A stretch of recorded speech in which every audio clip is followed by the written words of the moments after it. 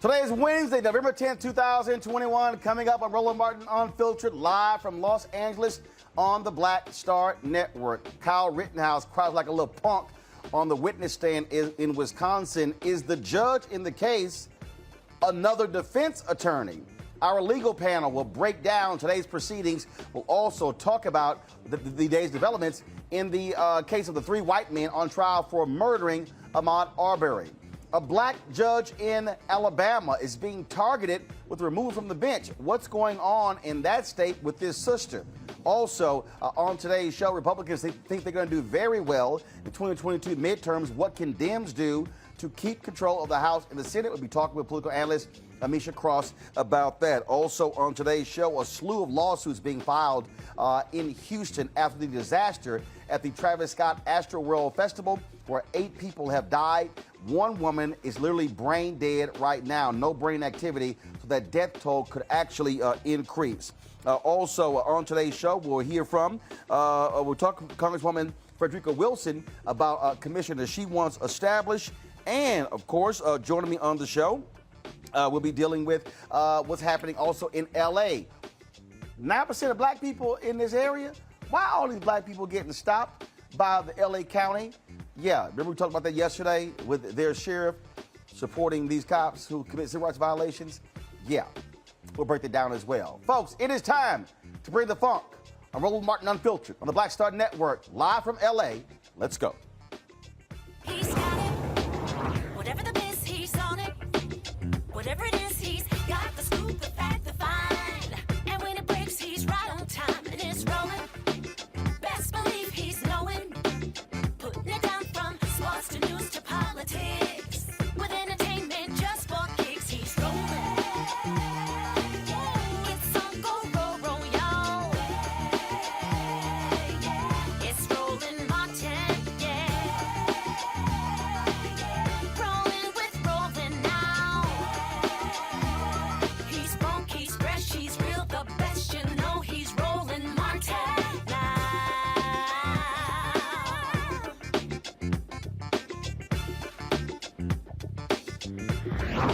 Martin! Keep the music going.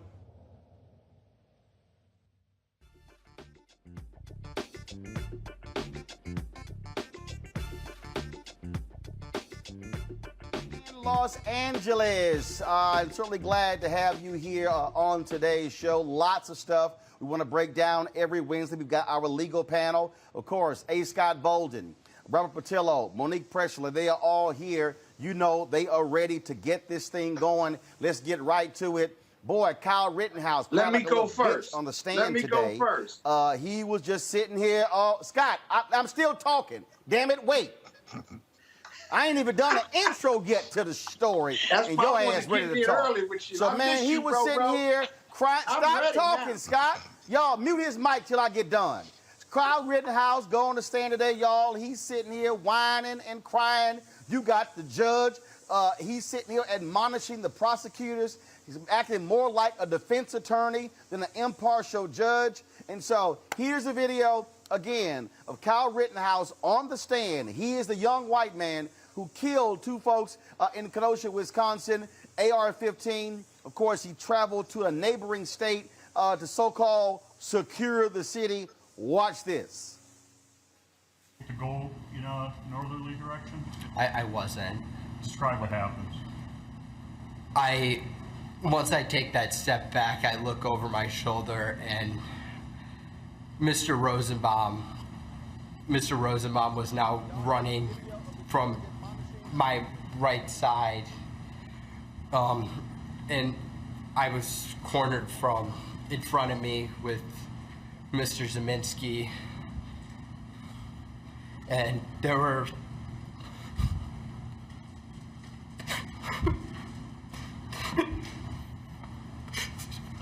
there were 3 people right there.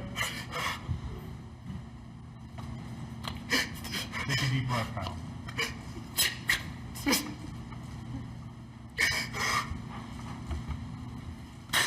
That's what I...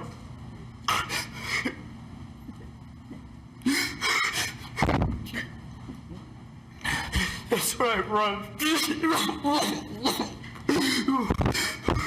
to just take time for our break anyway. You can just relax for a minute, sir. We're going to take a break about 10 minutes, and please don't talk about the case during the break. Read, watch, or listen to any kind of trial. But he kept chasing me. It didn't stop him. Mr. Rittenhouse, you're telling us that you felt like you were about to die, right? Yes. But when you point the gun at someone else, that's going to make them feel like they're about to die, right?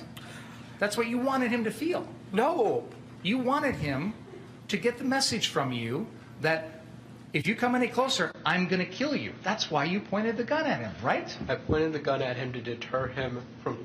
I pointed the gun at him so he would stop chasing me. That's why I pointed the gun at him. Because if you point the gun at him, you were hoping he would stop chasing you because he would get the message from you that if he keeps coming, you're going to kill him, right? I didn't want to have to kill Mr. Rosenbaum. That's not the question I asked. Serving a legitimate purpose. It seems argumentative, Mr. Did that even factor into your mind at that point? Did you even care whether you were going to kill him or not? I didn't want to have to kill anybody. I was being attacked. That's why I shot him. Well, shot at him. You shot at him with the intent of hitting him and killing him, correct? I didn't want to kill anybody. Then why are you shooting at someone with an AR-15 at close range if you don't want to kill him? Because he's attacking me. All right, folks, and so now, if y'all want to see somebody who really, really rehearsed his tears, watch this.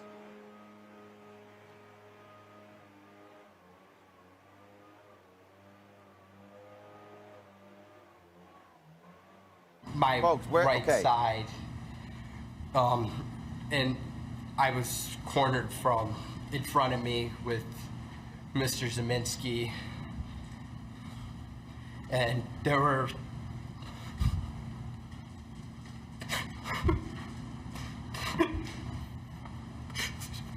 three people right there. Take a deep breath, pal.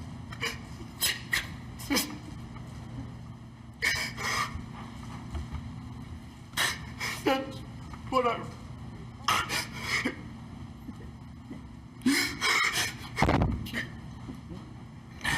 That's what I run. We're going to just take time for our break anyway. You can just relax for a minute, sir. We're going to take a break about 10 minutes, and please don't talk about the case during the break. Read, watch, or listen to any kind of trial. But he kept chasing me. It didn't stop him. Mr. Rittenhouse, you're telling us that you felt It was just, oh, I'm just being hurt. Now, the judge in this case, he just went after the prosecutors. Watch this. Why would you think that that made it okay for you, without any advance notice, to bring this matter before the jury? I was astonished when you began your examination by commenting on the defendant's post-arrest silence. That's basic law. It's been basic law in this country for 40 years, 50 years. I have no idea why you would do something like that. And it gives, well, I'll leave it at that. So I don't know what you're up to. There have been numerous occasions during this trial where they've opened the door. The one time when they're going into Mr. Rosenbaum's prior, the reason he doesn't like guns, and I said something, I whispered in Mr. Krause's ear, it's because of the prior convictions. Please stop, and he did. He knows if you're going to go into something that's been excluded in a pretrial order, you better ask the court, you better get permission. This is ridiculous. it wasn't excluded, Your Honor. You know why it was excluded in the first place? Because it was propensity evidence. That is exactly what 90404 is designed to prevent. You're talking about his attitudes. His attitude is he wants to shoot people. Now, I've admitted that kind of evidence in other trials when it's been appropriate. I didn't admit it in this case because, to me, what I've heard in this trial, and by the way, Mr. Richards absolutely correctly points out that just hours ago, I said I had heard nothing in this trial to change any of my rulings. So why? Testimony, Your Honor. Pardon me? That was before the Don't defense testimony. get brazen with me. You knew very well. You know very well that an attorney can't go into these types of areas when the judge has already ruled without asking outside the presence of the jury to do so. So don't give me that. That's number one. Number two, this is propensity evidence. I said at the time that I made my ruling, and I'll repeat again now for you, I see no similarity between talking about wishing you had your AR gun, which you don't have, so that you could fire rounds at these thought to be shoplifters, and the incidents in these cases, which are not, there's nothing in your case that suggests the defendant was lying in wait to shoot at somebody or reflecting upon the shooting for a vast amount of time. Every one of the incidents involves matters that involve seconds in time. So I commented at the time, I don't see the similarity, and I don't see the similarity now.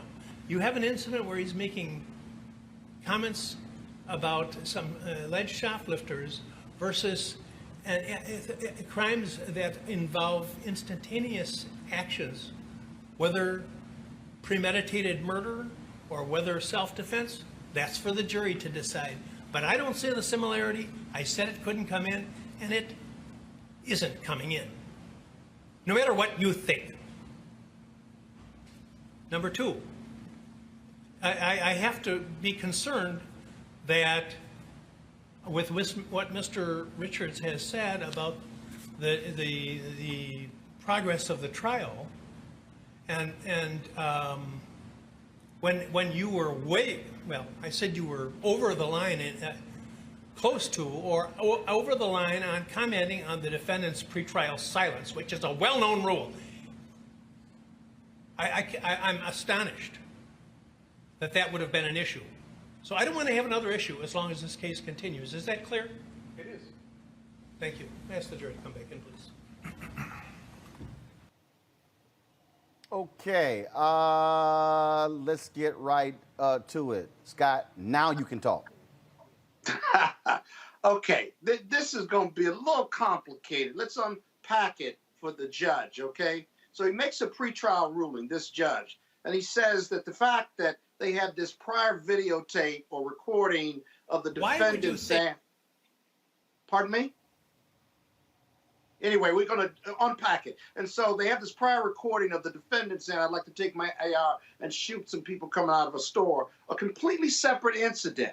The judge ruled that couldn't come in because, as he says, it's propensity evidence. That is, the propensity for the jury to believe that his desire to shoot an AR-15 on a prior occasion plays in some way to his intent for the night in doing the rioting and what have you. And the judge said that's mutually exclusive. The prosecutor tried to bring it in, despite that ruling, saying that his ruling, the judge's ruling, opened the door or did not close the door to that level of inquiry. The reason that's important is because it's highly prejudiced versus the probative value. And if he does that, if he brings that in against the judge's order, or if he questions the defendant about whether he told the police something or not, and he's got a right to remain silent under the Constitution, that's grounds for a mistrial. In fact, the defense attorneys moved for mistrial, and the judge almost granted it. This doesn't have to do, as I see the video, have to do with whether the judge is acting for the defense or in support of the defense. This is kind of fundamental trial work and evidence and rules that defense lawyers and prosecutors cannot violate, because you can get a mistrial on this, and it's a waste of time, money, and resources when you have to start all over again. And so that's the unpacking piece.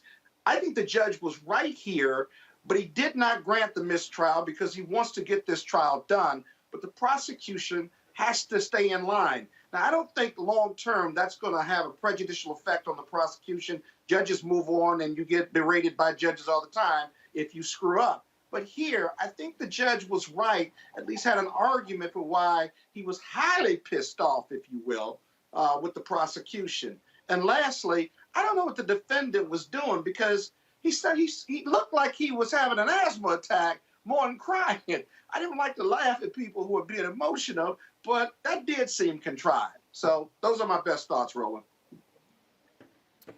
Monique, you have this judge who, again, has ticked off a lot of people who, you know, first of all, he made it clear that the prosecutors could not call the two people who were killed victims. Called them rioters and looters. That's fine as well. There are many who believe that this judge has crossed the line numerous times and acting more as if he's in the corner of Kyle Rittenhouse. Yes, but the people who are saying that are not career criminal defense attorneys. Exactly. And I disagree with some of the things that the judge has done, but in that I think that there were closer calls on victim, rioter, looter, language, things like that, even though the thing that I will add to everything Scott said, which I 100% agree with everything that Scott said, what I will add to it is it can be difficult for lay people to separate a judge's nasty personality with a judge's rulings in applying the law. And this judge runs hot. That's his temperament. Exactly. But he did not run hot.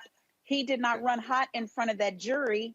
He got his jury the heck out of there. And then he read for filth the prosecutor for doing something that the prosecutor should have never tried to do, was stupid to do, wouldn't have gotten away with. And in DC, it wouldn't, I don't know if the mistrial would be granted or not, but the likes of Tanya Chutkan, who just did the ruling saying that the Trump files are not going to be secret, she would have stepped a lawyer back over some bullshiggity like that. She'd like, think this over in one of my jail cells. The bailiff will show you what happens when you screw with my jury. Think it through, counselor. You work for the government. You don't take cheap shots. You don't try to sneak things in front of the jury before you talk to me, especially if you know I'm the kind of judge that runs hot anyway.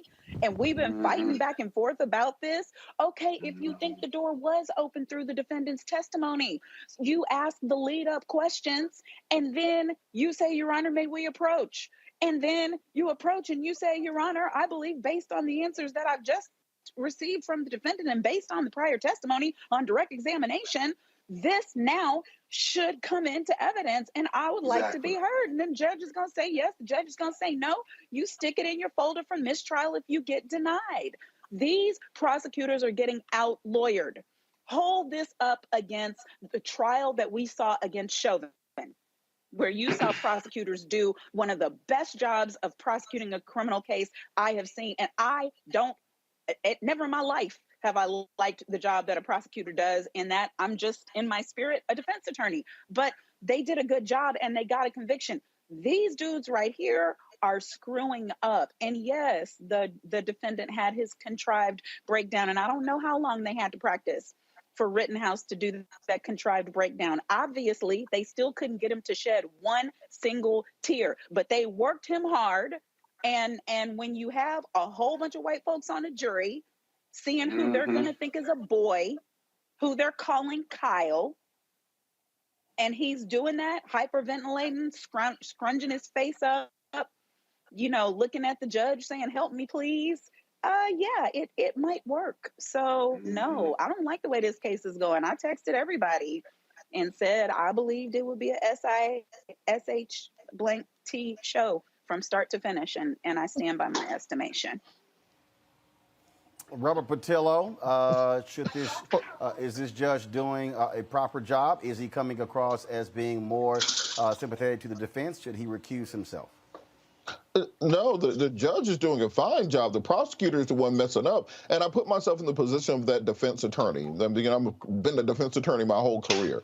If we have a pretrial motion and the judge rules on what can and can't come in, and now you just try to sneak something in against the pretrial order that we issued, I'm flipping the table over. I'm literally flipping the table. The one time I got put in handcuffs in court was when a prosecutor tried to do something similar to that. And I blacked the Yes. F out in the middle of the Fulton County courtroom. They had to put handcuffs on me to stop me from literally going up on the bench. That's what you have. That's called zealous advocacy for your client. You got to be willing to take it to the mat for your client. So if the prosecutor has already agreed and it's already been ruled on before trial and you're trying to sneak something in, I'm not trying the rest of the case. We're already at mistrial here. I'm already talking to my client when he gets off the stand and saying, look, regardless of what happens, we're ready for appeal, even if you do get convicted here. So this is one of those incompetent prosecutorial jobs I've ever seen, because even if you play that the cross-examination back that the prosecutor was doing, and that's what I keyed in on that section, the cross-examination. The defendant does not get to talk during that cross-examination except yes or no. So I am testifying for you. I'm basically reading through the facts that happened and shaping them to the way that I want them read out. And you're saying, did you cross state lines? Yes. Did you bring a loaded firearm with you? Yes. Did you have any legal responsibility to be there? No. Did you walk around brandishing an AR-15 in a crowded protest? Yes. Are you a law enforcement officer? No. Do you have any training which allows you to do crowd control or to patrol businesses? No. Did you aim your firearm at an individual? Yes. Did you shoot that individual? Yes. Did that individual die? Yes. Done with my questions. You don't have all this back and forth. Well, yes. You sit down. You don't do all this back and forth. Yes. You keep it tight and you get on out. I agree, except for Monique, Monique, go ahead. I would want each one of those to be leading, though, Robert. You know, you crossed state lines, you didn't have, et cetera. I would switch those up a little bit. But then what they also missed is the dude breaks down on the stand. You have contemporaneous video of him with no tears, skipping my Lou Daisy down the street after shooting people. You're not crying there, are you? I mean, they get in trouble for trying to talk about his emotion and his propensity for wanting to shoot folks, but you have the evidence. Why aren't you playing the video of what he looked like after he shot at the first set of people? Where are the tears? Where's the hyperventilation? Are you calling 911? Are you trying to assist? Are you even running away? Are you saying you're sorry? What in his actions looks like what they contrived on the stand today? No, the prosecution is trash right now. And Monique, Monique, on that point, just real quick, what was his statement immediately after the shooting when he talked to his friend? Did he say, oh my God, these people were trying to kill me. I had to defend my life. I was in a life or death struggle and I had to defend myself. He ain't saying none of that. What did he say? I just killed 2 people. That is what he said. So the prosecution and that his life might be over. And that his life might be over. Exactly. I'm telling you. That was without the lawyers and without being in the courtroom and without the publicity and my ass being locked up. That's the contemporaneous emotion you all are talking about. And that's the rebuttal to the tears. But you have to be fearless to do that as a lawyer. You know, everybody gets caught up in the emotion and say, oh, but leave that crying witness alone. No, you can really, matter of factly say, okay, you're crying. Let's put the video up, though. Within seconds and minutes of shooting those individuals, you did this, didn't you? Point to the video. You told them you killed 2 people, right? You didn't say you were sorry or anything else. Water. I will pour the water for you. I will pour the water for you because you need a drink. I will give you your Kleenex. We will wait for however long it takes. I will give you a hug. And then we're going to talk about this video because you're a murderer. Right. You don't run from that crying witness. You run to that crying witness, right? Yes. You show the jury that I'm good with his tears, but I got something else for you. This is when he wasn't crying. This is when he wasn't crying. You see? Yeah. Last point for me. When you were leaving the scene after killing 2 people and shooting a 3rd, you approached officers, correct? Yes. And when the officers told you to leave, did you tell them, there is a group of people trying to murder me and I had to protect my life? You should go investigate. Or did you go home and go to sleep? Or come with me. Come with me to catch them. Because there's a gang after me. There's an angry mob trying to kill me. I'm going to head on home with my mom. Well, that makes no sense, and the prosecution is not keying in on that. This is like that is your when you have the defendant on the stand. If this rarely happens that you get the defendant testifying his own defense, this is your opportunity to shine. This is your chance to moonwalk all the way around the courtroom. You're supposed to look like James Brown in there. I mean, just tearing him down piece by piece. And this the prosecutor, like he just got out of Mickey Mouse Law School. I'm not quite sure. Well, go ahead, Scott.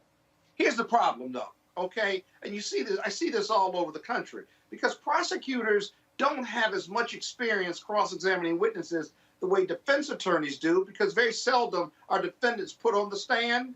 They have to put their defendant on the stand because they need his testimony. They can't get it from anywhere else, and there are a lot of risks associated with that vis-a-vis cross-examination. But the prosecutors aren't really good at cross-examination because they don't do a whole lot of it. And you're seeing this manifestation across, but not one of any level of experience or expertise. The issues we're raising, when you put your cross-examination together, you ought to be thinking and raising those issues months before, because you know this moment is a possibility, and in this case, a probability. And they lost that war. The whole case is about this guy, this defendant, and he took the stand. This is the moment. You have to win that moment. Now, you might still win the case, maybe, but there's a lot of self-defense, powerful self-defense evidence that came in through the defendant. And I got to tell you, many of the other witnesses, we haven't talked about those, Roland, the other witnesses who were the victims, the victim that survived, and some of the other people who observed all this, they either gave conflicting testimony or they gave testimony that really helped both sides. That's the real killer issue, because the jury is going to have to sort through that, and reasonable doubt, if you've got a reason to doubt it, that's reasonable doubt. And the defense and the witnesses for the prosecution have given a lot of reasonable doubt or evidence that's going to make the jury struggle. If the jury struggles, they're going to come up with a defense verdict and a not guilty verdict. So the prosecution has to rally. They've got some time, but you don't know how many defense witnesses there are going to be. There may not be any more after that. And then you've got to put on a closing argument like you've never done before to convince the jury to choose your story and not the defense story in this case. We'll see. And Scott, just kind of touching on that previous witness. Well, just last point, Roland. No, Robert, go ahead. Final comment. Touching on that previous witness, the individual who was shot and survived, as the prosecutor, you have to protect your witness. You got to object. You got to break that cycle. You can't just let him get up there and get turned into circles. And you make sure you prep him to say, yes, I had my gun as I was approaching Mr. Rittenhouse because he had an AR-15 and was walking around stalking people out trying to defend the rest of the crowd. They just let that entire opportunity go, and now conservative media is running around saying, see, told you it's justified. So the level of incompetence is hard to even understand, and the magnitude of this failure, if he does get acquitted, lies directly on the state. Yeah, you gotta prep that witness to fight the defense cross. Scott, which part of final comment don't you get? Oh, I didn't hear that final. I thought you were going to go back around. I said, Robert, final comment on this topic. God, I miss you, Roland. You miss me? I miss you. Going to a break, folks. Stop talking. Going to a break. When we come back on Roland Martin Unfiltered, we'll talk about what's happening in Alabama, also dealing with Dems trying to figure out what they're going to do to hold on to the House and the Senate. You also have Republicans passing all of these gerrymandered laws as well. We'll talk with the political analyst Amisha Cross about that. Lots of stuff to cover on Roland Martin Unfiltered, broadcasting live from Los Angeles on the Black Star Network. Back in a moment.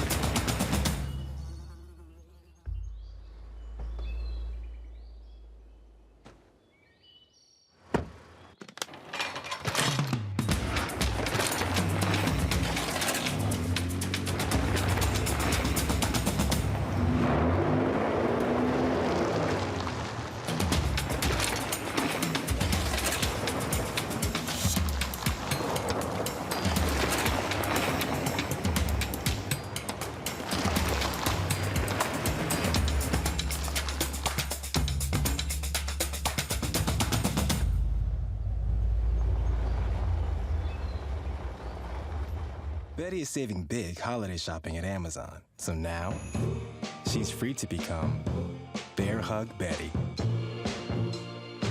Settle in, kids. You'll be there a while. Ooh, where you going?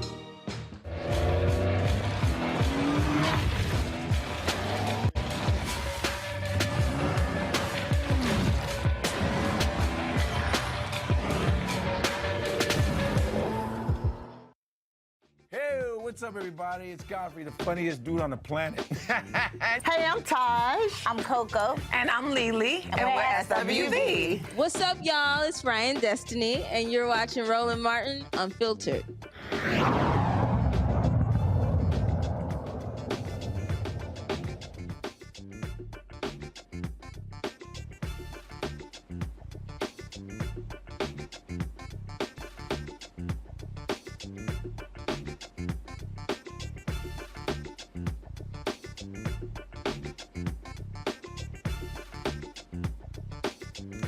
All right, folks, welcome back to Roland Martin Unfiltered. Glad to have you on today's show. We're broadcasting live from LA, where we're doing a series of interviews for the new one-on-one show on the Black Star Network called Rolling with Roland. Yesterday, got a chance to talk with Sally Richardson Whitfield and Richard Roundtree. Today, we'll be chatting with actor Trevor Jackson, and we got some other interviews this week with Brescia Webb, Chris Spencer, Flex Alexander, Ray Chu, and many others. And so, looking forward to that. Folks, on Monday, President Joe Biden plans on signing his $1.2 trillion infrastructure bill. They're already touting this is going to be a bipartisan signing ceremony, but you still have folks who say more needs to be done for the poor in this country, for the needy in this country, for African Americans as well. Those things are happening. Plus, you also have the January 6th Select Committee dealing with the MAGA rioters on that particular day. And so a number of things we want to talk about in addition to this commission that Congresswoman Frederica Wilson has been working on. And so let's go to her right now. She hails from Florida. I'm sure she is rocking one of her signature cowboy hats. Glad to have her back on Roland Martin Unfiltered. Congressman Wilson, how you doing? Okay, how are you, Roland? Good to see you. Oh, we got the red cowboy hat today. Okay, so I take all the Deltas out there. Real happy to see you in that one. But I want to ask you several different things before we start talking about your commission on the social status of black men and boys. And that is, you had all of this back and forth between progressives and moderates, Republicans doing what they do. And there are some who say progressives should have never agreed to this $1.2 trillion bill if they didn't get family leave and some other things as well. Are you happy with this compromise that was signed? I am happy with the compromise that was signed. It is more than we have ever had. This is transformational. Transformational. So we have a big tent in the Democratic Party. We have, in the Republican Party is basically white men. In the Democratic Party, you have all kinds of people that represent the entire nation. So we have to take into consideration as to what we're doing and how we legislate. And so I think it is a wonderful bill. It's going to do so much. And I don't want people to start talking about child tax credits. I call it Social Security for children. Every child today get $300. If you're under 17, if you're under 6, you get $350 a month. So we need to talk about that, and we're expanding it in the Build Back Better bill. So I think it's wonderful. I'm kind of a little disappointed that we lost free community college, but I would have lost it anyway because it was going to go to the states, and the governors in red states had to match money. Everybody had to match money. California and New York already has free college, and all of our red states, they weren't going to match any money for free community college. So we'll catch that on another run. But I am elated and excited to pass that bill. Yes, I am. Homelessness, housing, you name it, it's in the bill. So it's a lot of stuff that's in the bill, but Democrats have, let's be honest, have been failures at explaining what's in the bill. When you look at these people around the country who say they're concerned about education, but said nothing about the billions of dollars the Democrats have passed to reopen schools for COVID, things along those lines. We talk about Republicans are running around calling this bill communism as well. Yet, Senator Mitch McConnell has talked about that this bill is going to be a godsend for his state of Kentucky. What advice do you have for your party in terms of how they should be selling this bill to the American public and not allow the right to define the bill in their terms? Well, Roland, each member of Congress has been given a package of how they should sell this. And we know that in the infrastructure bill, there's $40 billion for bridges, $39 billion for transit, $65 billion for broadband. And you have to explain what broadband is. Broadband is the internet. There's so many rural communities in Alabama, Mississippi, and West Virginia that do not have broadband. So that's internet, the free internet that will be available, access to internet, and $73 billion for clean energy. So all of these things are in the transportation bill that we passed. When we go to our soft infrastructure bill, the Build Back Better, just think about it. Can you imagine universal pre-K for little children to go into kindergarten already reading, being exposed to so much curriculum that they've never been exposed to, and learning a vocabulary and rich vocabulary. And when they get to kindergarten, they're just right on par. And then they go to first grade, they're right on par. This has never happened. We just tout what we have. This is a great bill for Black people, for Black children, and HBCUs will get record funding that they never got before. Workforce will get record funding that they've never gotten before. This is a time for celebration. It's not a time for criticism. This is a time for celebration in the Black community. Also, it's that $55 billion for drinking water. This is the infrastructure bill. Now, that's the one that we have passed, and we're going to go selling that around the country.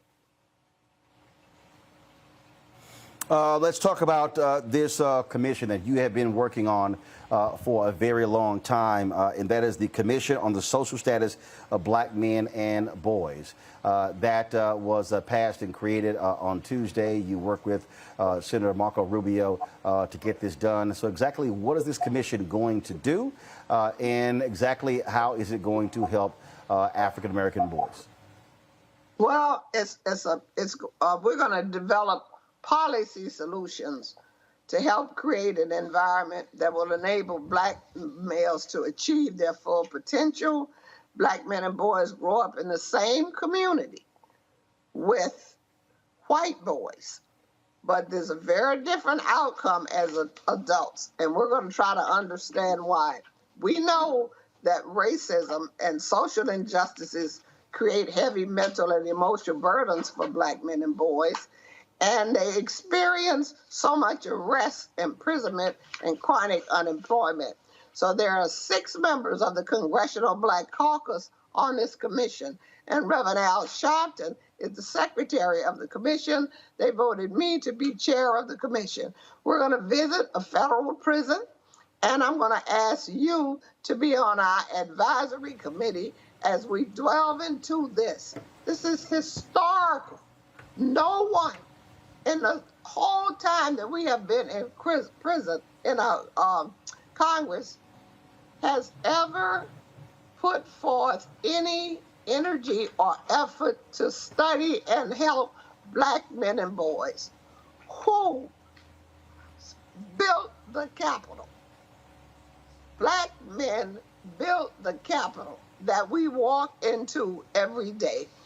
And when they were building the Capitol, remember now, they didn't have cranes and the kind of equipment we have now. So they became human ladders and stepped up on each other's shoulders.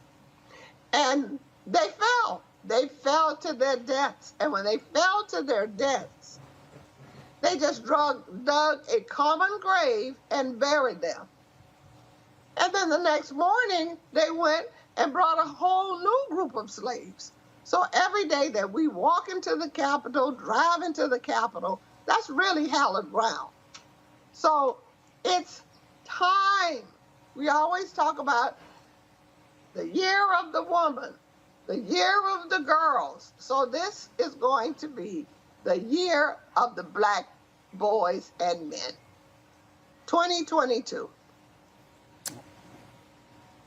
All right, Congresswoman Frederica Whitfield, it's always a pleasure to have you on the show. Congratulations on the establishment of this. And we certainly hope that what comes out of this are very specific policies, funds, and things along those lines that are going to impact young black boys as well. So we're looking forward to seeing that as well. Thank you. Thank you, Roland. Love you. I appreciate it. Thanks a lot. I'll see you soon. All right, folks, going to go to a break. We come back. We're going to chat with analyst Amisha Cross about what is next for Democrats. How can they message properly? How can they explain to America what they are doing and leading? And can they maintain their power in the nation's capital, but also on the state level as well? That is next on Roland Martin Unfiltered, broadcasting live from Los Angeles right here on the Black Star Network. Don't forget to download the app. It's on all platforms, folks. Spread the word. Our goal is to have 50,000 downloads by the end of the year. So just simply go to, it's on all platforms, Apple phone, Android phone. It's on Android TV, Apple TV, Roku, Amazon Fire TV, Xbox Smart TV as well. And of course, if you want to support our Bring the Funk fan club, where every dollar you give goes to support this show, you can do so by contributing to Cash App. It's $RM Unfiltered. PayPal is R Martin Unfiltered. Venmo is RM Unfiltered. Zelle is Roland at RolandSMartin.com. Roland at RolandMartinUnfiltered.com. And so, we want your support in terms of what we're doing. We've got some fantastic shows that we are developing. Cannot wait to begin to unveil those. We're working on those as we speak. And so we got a lot of things going. So let's actually make it happen. All right? I'll be back in a moment.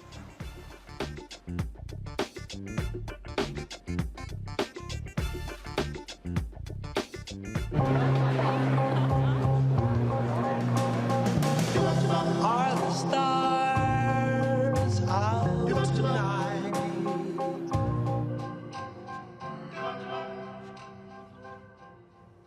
Alexa, play our favorite song again. Okay.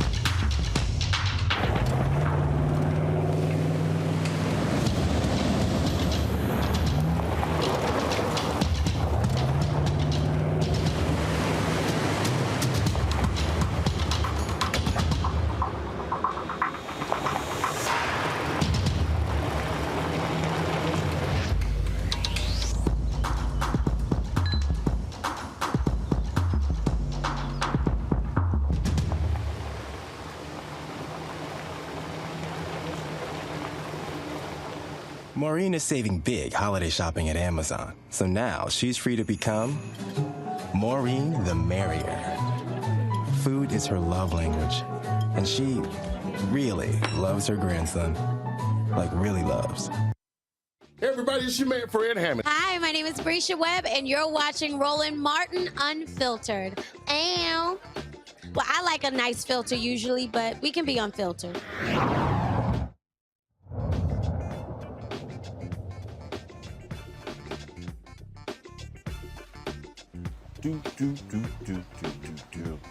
All right, folks, welcome back to Roland Martin Unfiltered. We've been talking about, of course, the political fallout of the elections in Virginia. First of all, where Glenn Youngkin beat Terry McCullough to become the next Virginia governor. They also won the lieutenant governor's race and the attorney general's race. In New Jersey, they thought that the governor there, Phil Murphy, was going to win by 8 points, but he won. It's around 2.5 to almost 3% there as well. And so all of these people have been talking about, oh my God, it's doom and gloom. You've got Republicans who are passing all of these bills, gerrymandering these districts. Those things are happening as well. So the question is, what is the path forward? As I already said, on Monday, President Joe Biden, Vice President Kamala Harris, they'll be signing that $1.2 trillion infrastructure bill in a ceremony at the White House that they are already touting as a bipartisan signing, because 13 House Democrats voted for it. And, of course, you had Republicans in the Senate vote for it as well. Already, Senate Minority Leader Mitch McConnell has talked about how that bill is going to be a godsend for Kentucky. And so the question is, how do Democrats use this effectively communicating with the public? Joining us right now, political analyst Amisha Cross. Amisha, glad to have you back on the show. Messages. How you do it, videos that are being put out, in terms of memes, things along those lines. You've got this entire right-wing apparatus that is framing this bill as communism, as, oh my God, the takeover of America, which is literally the dumbest thing in the world, because the Trump infrastructure bill that could not get passed was a $2 trillion infrastructure bill. So what do you say? What do you tell the Democrats on how they need to convince the American people that they are the ones who are moving the economy forward? Exactly, Roland. And part of this, I think, is preaching a lot of what you just said. What we're looking at is a Republican apparatus that is extremely strong when it comes to communication. It doesn't matter that they're spewing lies, that they are not being honest in a lot of the graphics and the things that they are showing. But more importantly, for Democrats, we keep operating on the defense instead of jumping out there, getting the information out front. I think that what needs to be said is a translation of exactly what's in the infrastructure bill and what that means to people on the ground, what that means in terms of job opportunities, what it means in terms of skills training, what it means in terms of living wage jobs, what it means in terms of clean water, what it means in terms of providing for roads, rail, bridges, and eradicating a lot of what we know and what you've talked about on this show before in terms of the racism that has been baked into our highway systems and our road systems that have blocked African Americans in particular from job opportunities and economic opportunities and housing in places across this country. And those things still very much exist to this day. With that being said, I also think that what we saw Joe Biden do today, for instance, going to Baltimore, touting the importance of this infrastructure bill, this has to happen across the United States. It has to happen in red states. It has to happen in blue states. It has to happen in purple states. They also need to partner with local businesses and organizations. They have to partner with Black chambers of commerce. There has to be conversation with the individuals who help drive and push for the final vote. We know that that came from the Congressional Black Caucus. We know that the Divine Nine played a very significant role in this, and they have to play a significant role as we continue to roll this out as well. And I say that, Roland, because at the end of the day, the Democratic Party is its most willing and most participatory group that gets them to the finish line is Black people. And one of the reasons why we saw such a grave loss in Virginia is because we did not see Democratic appeals to Black voters. If you really want to ensure that there's going to be a finish line that Democrats are going to be able to maintain seats and gain seats during the midterms, then they're going to have to make sure that they are responsive to the Black community and the Black voters. And I think there's a lot within this infrastructure bill that will be signed into law that is going to directly affect the Black community in a positive way. We're just going to have to wait and see if the Democratic Party and the White House can actually get their communication strategy together to actively and effectively be able to communicate that. Well, Ben, I'll give you a perfect example. I think about President Barack Obama and his stimulus plan. They built a number of things in Elkhart, Indiana. Republicans won that, and the Democrats did not go in saying, hey, Elkhart, we built this. This is like basic fundamentals. You stamp your name on everything. All of the things that Democrats criticized Trump about, look, all that dude cared about was attention. He cared about getting all the credit. Guess what? From a marketing standpoint, that's what you're supposed to do. You have to sell it. You have to brand it. If you're Biden-Harris, you stamp your name on everything. You let the public know this stuff would not have gotten done if Democrats did not push it. That's how you win the messaging game. Absolutely. Right now, there is a settlement in Israel that has Trump's name on it that he had absolutely nothing to do with. But he utilized that to be able to tell Jewish people, hey, the Republican Party, the Trump administration is here for you. I think that what we have to recognize, and what the Democratic Party has to recognize more particularly, is that you can't keep touting this bipartisan. You pull people along by their teeth to ensure that you would get some of those votes. But at the end of the day, Democrats were the ones who designed this. Democrats need to go into the states across this country, again, whether they're red states, blue states, whatever, because this infrastructure bill that is going to be law is going to help Americans. It doesn't matter whether those Americans voted for Joe Biden or they did not. This is going to help Americans writ large, and they're going to have to sell it, and they're going to have to remind people of it, and they're going to have to put their stamp on it. They're going to have to be everywhere and consistently talk about this. Every single week was infrastructure week, and we never saw an infrastructure bill. We never saw an infrastructure law get passed while former President Trump was in office. But he talked about it every single week. We finally have something when it comes to infrastructure that the American people have been fighting for the past 4 decades. And it's going to be up to the Biden administration and his acolytes to get out in the streets and have this conversation and ensure that people know what's going on, ensure that his name is on everything, and that these conversations are happening so that people will not forget. It is imperative because the midterm elections are next November. At the end of the day, we all know that Americans have very short memories. It is what it is. You're going to have to keep pressing this as much as possible. Job gains, what that means for states, get out there, have those conversations, be full frontal, because if Republicans were doing it right now, they would take the credit and they would be running with it and running circles around anyone else. Scott. Hey, Amisha, good seeing you again. You know, one of the things that makes the Republicans so powerful in their marketing and branding is they've got a television station called Fox News that's just dedicated to it. And it makes it easier for them to do that. And I know there's some progressive left news stations or cable stations, but none that are so profoundly over the top for Democrats that are unabashed about marketing and branding Democratic initiatives.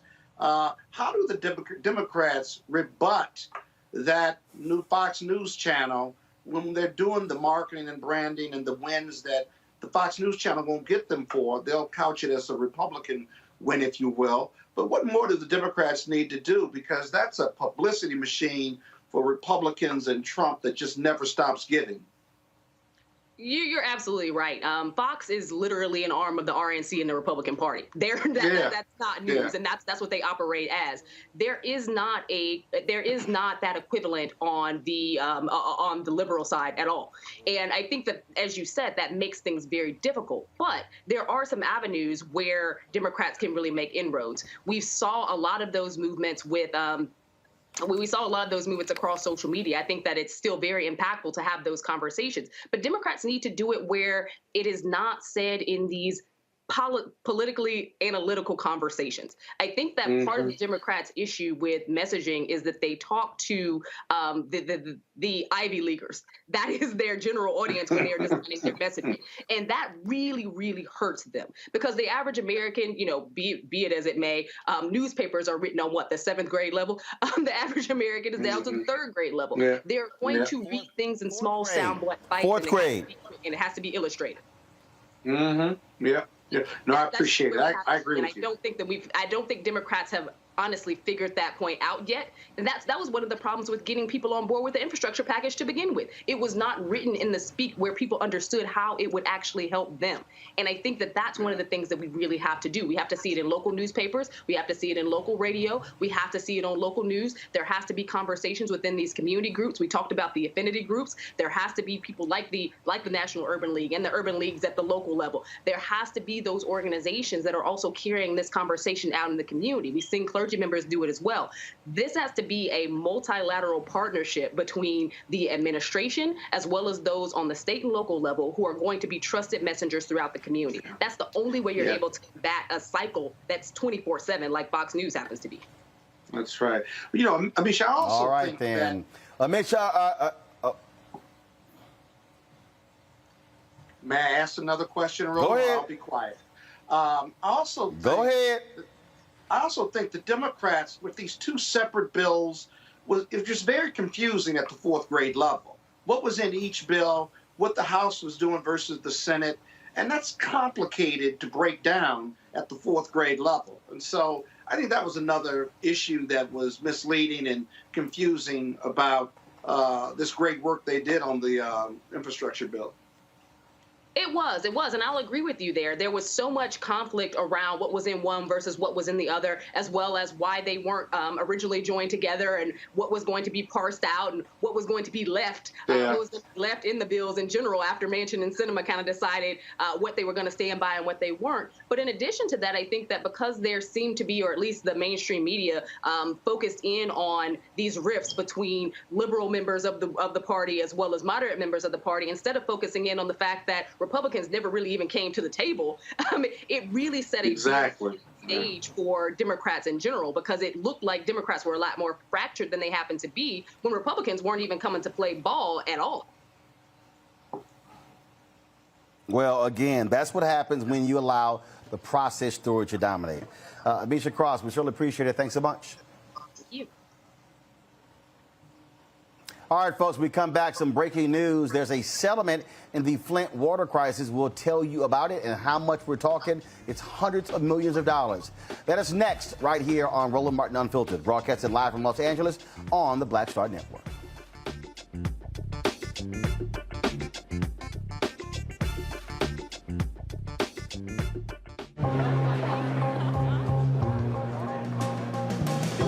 Are the stars out tonight?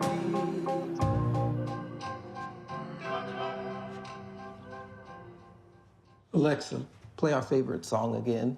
Okay.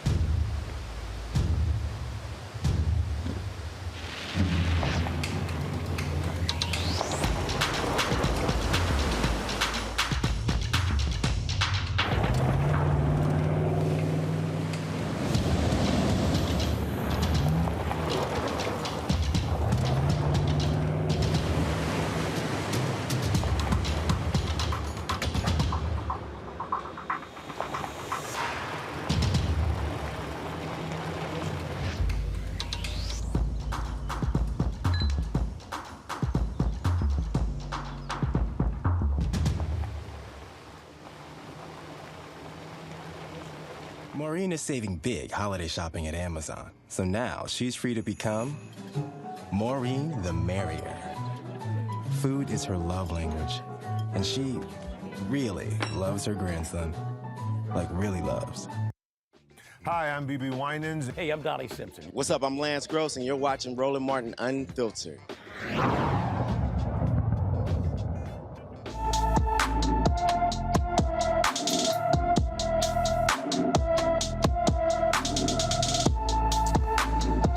Camaria Johnson was reported missing on May 25th, 2021. The 16-year-old is missing from Radcliffe, Kentucky. She is 5 feet 5 inches tall, weighs 155 pounds, has brown eyes and black hair that was braided when she disappeared. Camaria wore a pink hoodie, black sweats with a red-white stripe, and black Vans with flames. She was not wearing her glasses at the time she went missing. If you have any information on Camaria's whereabouts, please call the Radcliffe Police Department at 270-351-4470. That's 270-351-4470. All right, folks, just a couple of hours ago, this breaking news came in. That is, a judge has approved a $600 million settlement in the Flint water crisis. Go to my iPad, please. This is from the Detroit News. The U.S. District Judge Judith Levy gave final approval to the $626.25 million settlement with victims of the Flint water crisis. And most of those resources are going to actually go to the young folks who have been impacted by that. As you know, we've talked about this on the show here, how young people were impacted. And this is from the actual settlement right here. About 80% of the settlement, go to my iPad, please. About 80% of the settlement would go to individuals who were minors when first exposed to contaminated water, including 65% for kids 6 and younger. 10% of the settlement money is going to go for children aged 7 to 11, and 5% for youth ages 12 to 17. All of the minors will get a share of the settlement. Some will get a greater amount depending on the extent of their injuries. And so that's what's happening in their case. Again, $626.25 million settlement in the Flint water crisis. And so hopefully, and again, we're talking about that's going to go on for quite some time. Now, here's also from the rest of the deal. Of the remaining roughly 20% of the settlement, 15%, go to my iPad, 15% will go to adults with injuries sustained in the crisis, 3% for adults with property damage, 0.5% for economic losses to businesses, and 2% for special education services. About $35 million will be set aside in a trust fund for, quote, forgotten children, those in foster care or others who may not have an opportunity to apply for compensation. Those individuals can apply for compensation from the fund when they reach the age of 19. And so that breaking news out of the state of Michigan. And so we're certainly glad to hear that. Let's talk about, folks, the case of Julius Jones in Oklahoma. Folks, he sits 8 days away from being put to death. Now, here's what's interesting. The Pardon and Paroles Board, on 2 separate occasions, they have actually said he should be of a commuted sentence, okay? He should not be put to death. They say there are way too many questions. Here's the problem. He's waiting on Governor Kevin Stitt to grant his recommended clemency. Again, his execution is 8 days away. Supreme Court refused to stop executions in Oklahoma, even though they have botched several in the past. Okay, now, here's what's strange, again, about this particular story here. The governor, we saw this post with our friend Tiffany Lofton. The governor, he's been meeting with the family of the man who was killed and not the family of Julius Jones. This is the same governor who said there should have been a clemency hearing before he would make a decision. Well, guess what? There was a clemency hearing, and they decided that he should not be put to death. This is crazy, Scott, to see what's going on here with this governor. Okay, he says, okay, you know what? I'm not going to make a decision. There should be a clemency hearing. Guess what? They vote again. The same recommendation. Now, I still haven't quite decided, where Julius Jones every single day is moving closer and closer to being put to death. Yeah, I think the optics are bad on this, but I also think the governor certainly has an obligation or an opportunity prior 8 days and within these 8 days to consult with the family, not to decide based on what the family tells him, but to get a bunch of information and to listen and to render a determination. That determination, it would be unusual for the governor to turn down or reject the clemency board's recommendation. I think it's not so much politics. I think it's him wanting to say that he talked to these various groups before he renders an ultimate decision. Race may play a factor in it, but I would really be surprised if the governor rejected 2 clemency votes to commute his sentence. And so it's taking a little longer than it should be. But in the end, the Supreme Court doesn't have to rule on it because the power lies with the governor and the clemency board. And the clemency board has rendered its decision, or rather recommendation. So expect it to happen.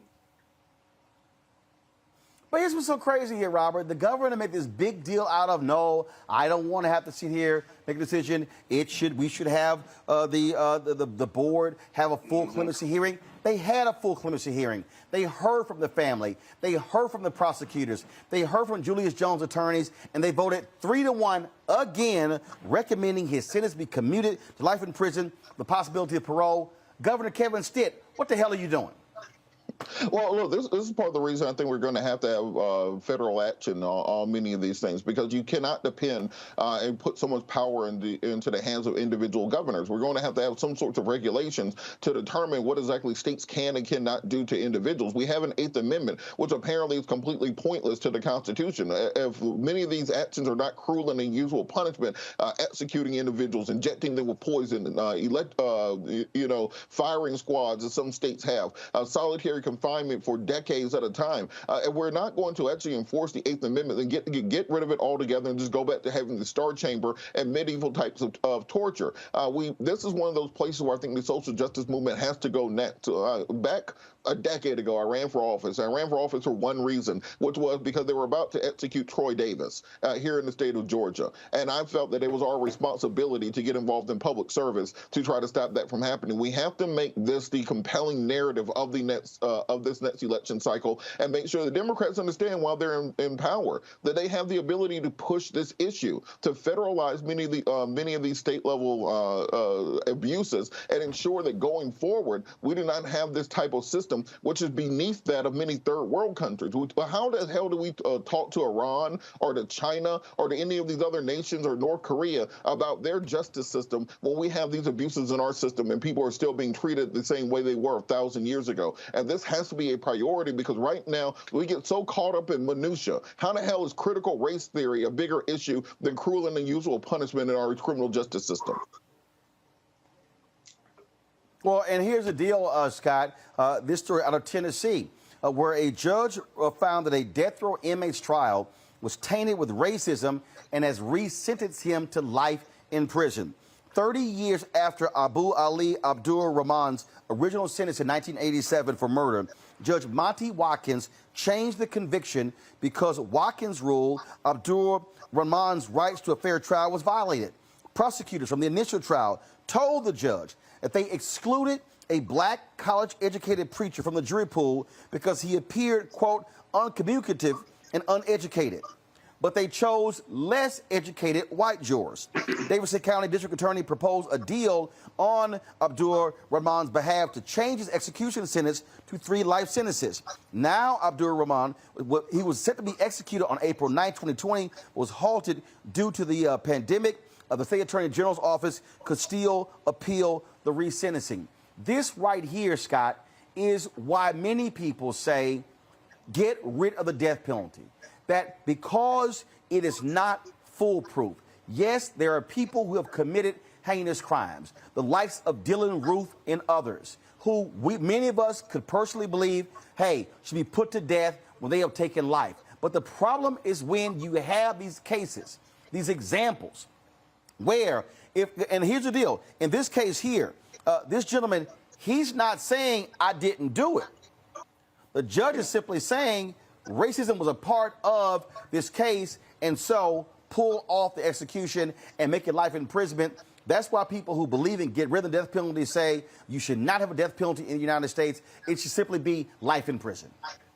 Well, it's an imperfect system made more imperfect by racism in the criminal justice system. Racism lives in the criminal justice system. In this case, Rahman, he would have been dead had it not been for COVID. And there was another issue that caused the delay that had nothing to do with his legal status before then. So he was supposed to be in the death penalty. He was supposed to have died twice. Now, the other unique thing about the Ronman case is that the prosecutors came forward and admitted this.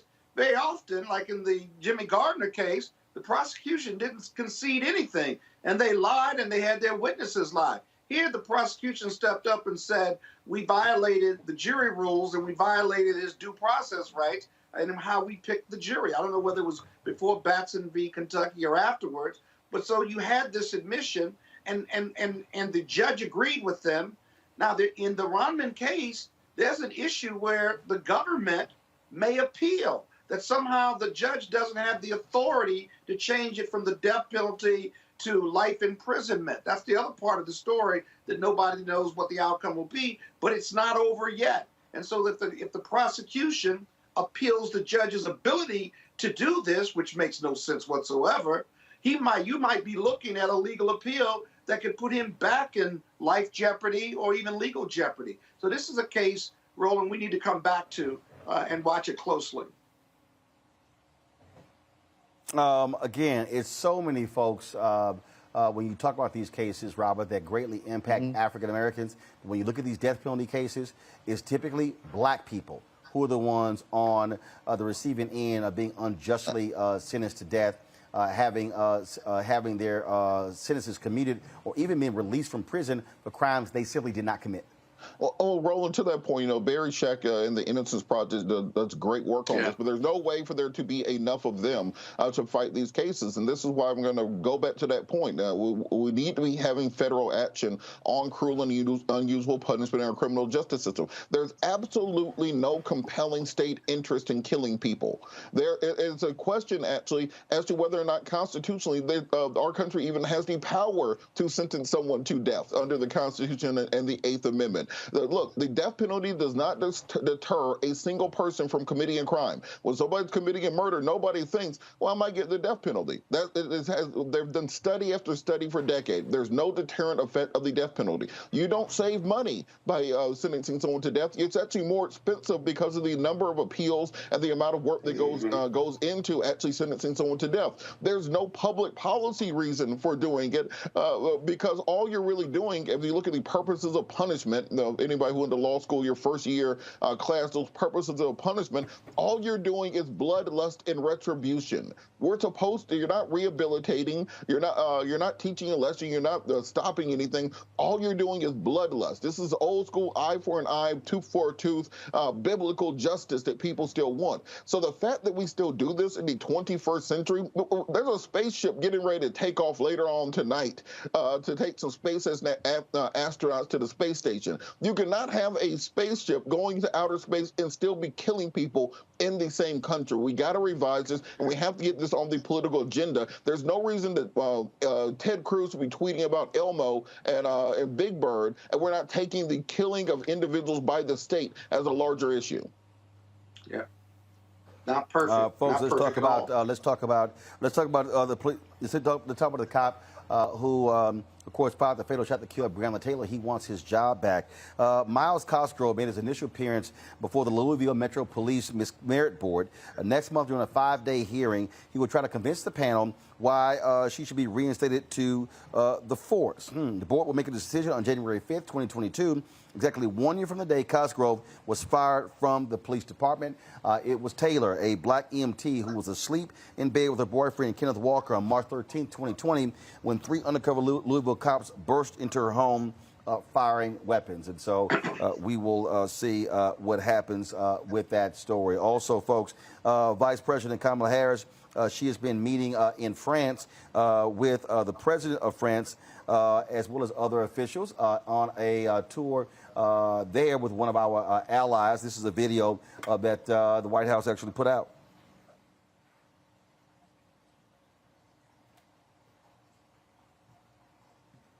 Breast cancer to mRNA and what we do around that. See my iPad. Let's simply restart it, please. Here we go. Some of the most significant discoveries in science on any issue from rabies to HIV/AIDS to breast cancer to mRNA and what we do around vaccines and pandemics have occurred here in collaboration with French scientists, American scientists, scientists around the world coming together. Some of the most significant discoveries in science. All right, folks, and so we will have more of her visit to France, a meeting with French officials on tomorrow's show. Got to go to a break. We come back. More on Roland Martin Unfiltered right here, broadcasting live from Los Angeles on the Black Star Network.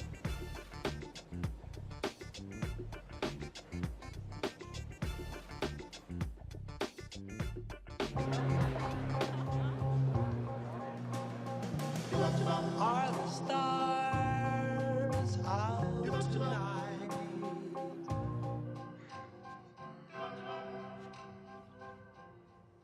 Alexa, play our favorite song again. Okay.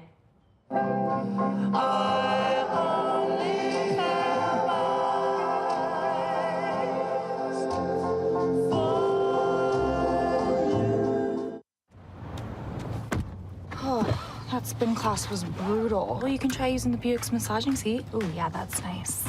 Can I use Apple CarPlay to put some music on? Sure. It's wireless. Pick something we all like. Okay, hold on.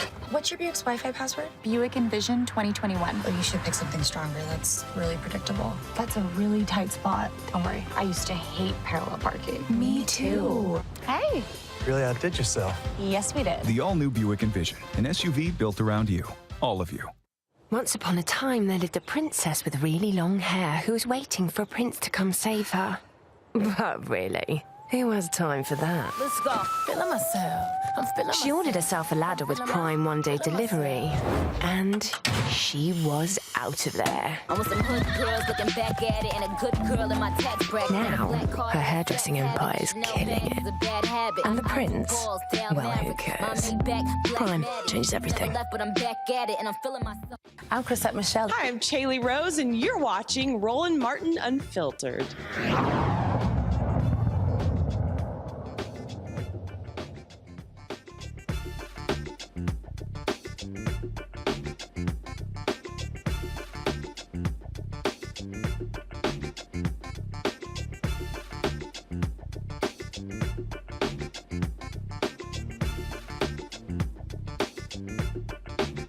Welcome back to Roland Martin Unfiltered. Let's go to Georgia, where the three white men on trial for killing Ahmaud Arbery continues. The man who called police to report Arbery inside a house under construction testified today, and he gave jurors a new perspective of what happened moments before Arbery was chased down by these three white men. Watch this. February 23rd, has been to the house multiple times. And that's what it said on the call, but it might have been the heat of the moment. And, you know, I can't say who it was, that guy, or just somebody that looks like it's what I probably meant to say. Okay, so you didn't know who that male was standing in the yard when you looked down Jones? No. But to you, he looked like the guy you had seen in the video. Right. And you knew that this guy who you saw in the video had actually been to the house not just that one time, but a bunch of times. Right. Again, you didn't know if it was the same guy, but it was enough to pique your interest to walk down Jones. Yes, sir. Okay. In fact, you tell the Glenn County non-emergency number he's been caught on the camera a bunch before at night. That's what you said in the call we just heard. That's what I said, yeah. Okay. It's kind of an ongoing thing out here. It had been. From that guy. Or at least the guy I can't say it was that guy, just somebody that fit that description. Okay. So you felt like this guy had been there before, you saw a video of it, and he's here again. Or at least you suspected he's here again. I suppose. Okay. And that's what you told the police? Yeah. He came down Jones and then went down Satilla. Right. Is that the same way that Mr. Arbery had run? Yes. What'd you find? I saw a police car, saw Mr. Arbery laying on the street. I saw Miss Greg and Travis there. What did you do? I stopped and went home. As you know, it's kind of a shocking scene, you know. And did you ride your bicycle back home? I did.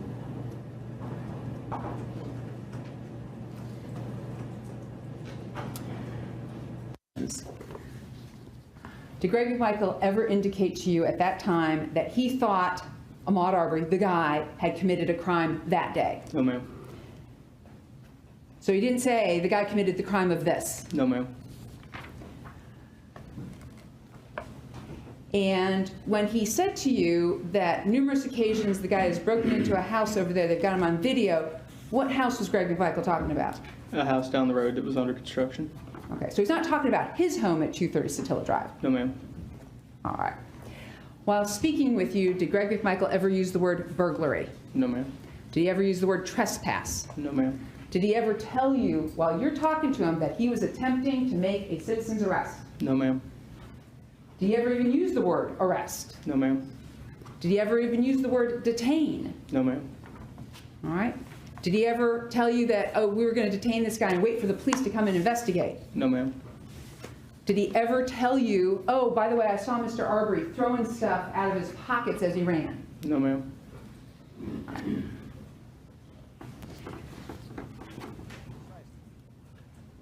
All right, at this point, you've pivoted away. Do you spend some more time at the scene? A little bit, yes. All right. And what did you do then for the rest of the day? Did you stay at that scene or did you leave that scene? No, ma'am. Once our investigative division. What's his name? The one who owns this house. Now, when you say the one who owns this house, what house are you referring to? The house that was under construction a few doors down from his home. Okay. And what was his answer to you? I have no idea. Never met him. Never met him. Okay. What is the next question that you asked Greg McMichael? Did this guy break into a house today? And what did Greg McMichael say in response from line 8 to line 13? Well, that's just it. I don't know. That's what I told what's her name out there. I said, listen, you might want to go knock on doors down there because this guy had just done something that he was fleeing from. And I don't know, you know, you might have gone, he might have gone in somebody else's house. Okay. Or somebody's house. Here's what's so crazy about this case, Robert. You hear, well, he did something. We don't know what he did. Right. We don't know what it took. He was right. But it was something. Why in the hell are you chasing somebody and using lethal force when there's no reason whatsoever? I think as this case goes every day, it's just, to me, now granted, you never know what these juries are going to do, but another nail in a coffin of what the hell were y'all chasing this black man for? And look, Roland, I've tried cases against Lisa before, the prosecutor right there. Compare that cross-examination. And I want people at home, take that clip right there and compare it to the cross-examination in the Kyle Rittenhouse case to see the difference. Do you see how she had a list? She said the sentence, yes, no answer, no.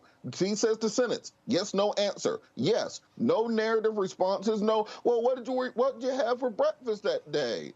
Oh, well, why'd you let the guy hit you in the head? None of that. That is how you do a cross-examination. That is how you, they say, pin somebody to the cross on cross-examination. That's how you make sure that the point gets across. In the same way you came away with a completely different interpretation of guilt or innocence because of the way she conducted that cross-examination versus the Rittenhouse case is exactly what the juries will see in that case. If you had that same prosecutor down there in Glenn County, Georgia, from Cobb County, up there in Kenosha, Wisconsin, you will probably have a very different case taking place because that's how you're supposed to do it. And now it's allowing people to see exactly why it's important to have competent prosecutors in these cases.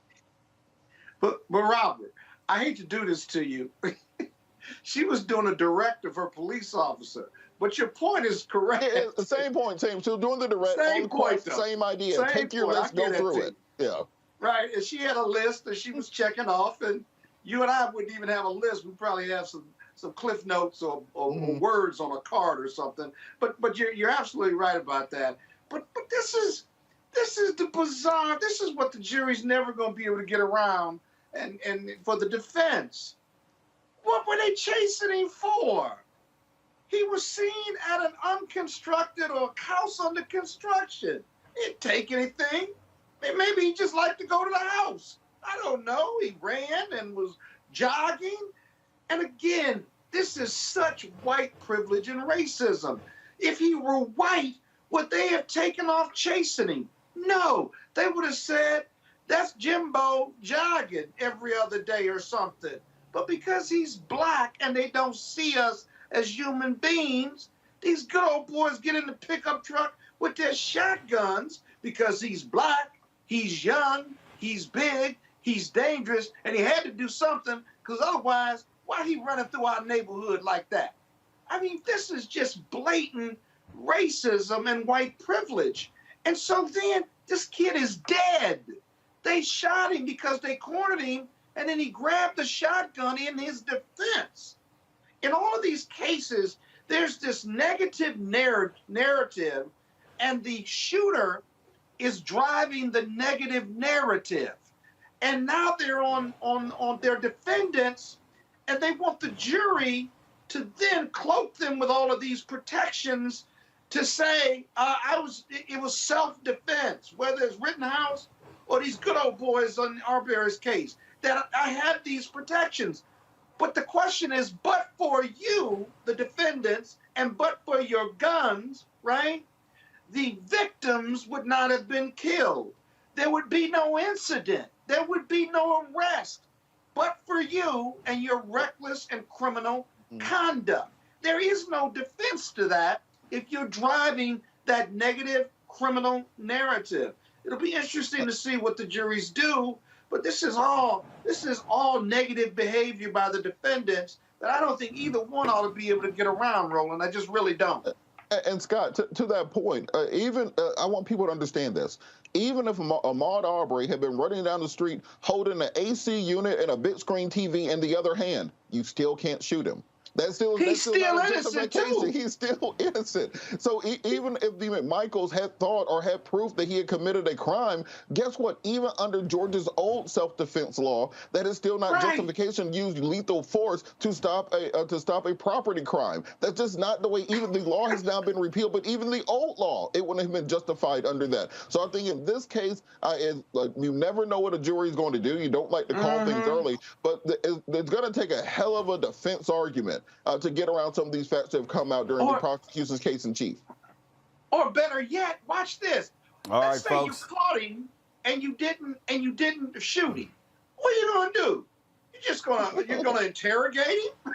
You're gonna rope him up? You don't have anything on him. He's running. He's jogging. You're gonna call the police, and then you're gonna try to convince the police that somehow he's in the wrong place. That's just crime.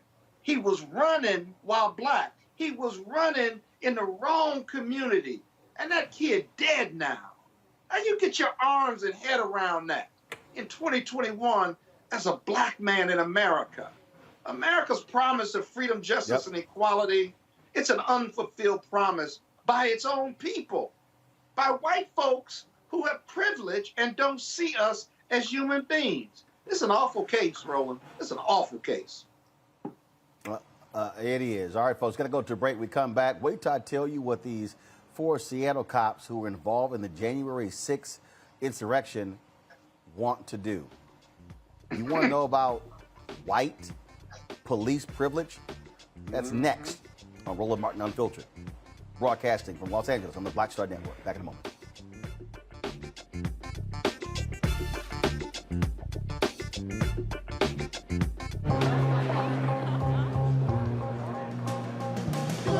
Are the stars out tonight?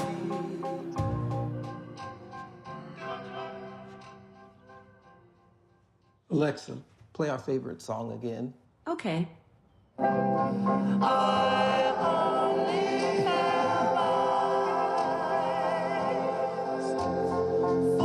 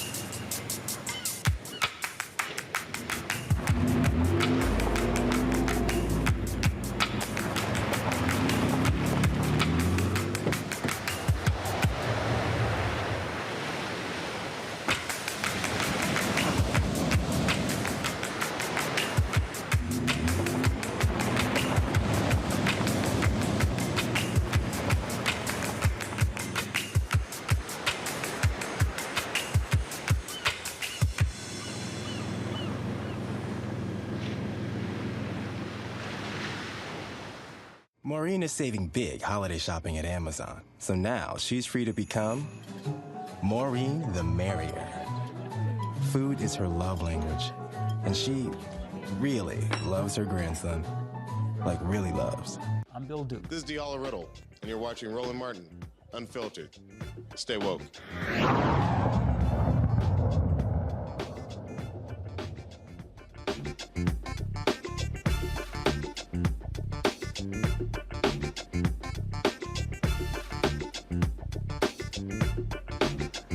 Y'all, like, I don't need any flashbacks.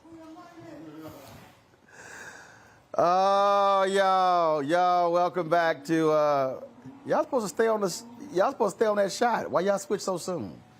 Y'all know I wasn't ready to talk yet. All right, y'all, welcome back, Roland Martin Unfiltered. Let me, y'all want to hear some crazy, look, I keep telling y'all the privileged attitude of a lot of these cops. So check this out. There were 4 Seattle police officers who participated in the January 6th insurrection. They now are appealing to the Washington State Supreme Court because they don't want their identities to be released. The attorney representing the officers, said the cops had a First Amendment right to attend a political rally, and releasing their names could subject them to potential violence and harassment. You mean like the violence and harassment we're seeing right now? It took place on January 6th against other cops. The ACLU, they filed a Public Records Act request with the city's Office of Police Accountability investigation into the officers' activities on January 6th. They believe the public has a right to know who the officers are. The case will decide if their anonymity is protected under the state's public records law. The court must also decide whether the officers can continue their court filings anonymously. The case was taken under advisement by the High Court and will be ruled upon later. I mean, this is the crazy thing that happens, that keeps happening, Robert, where police officers think and they operate. There are 2 forms of justice. One for them, one for the rest of us.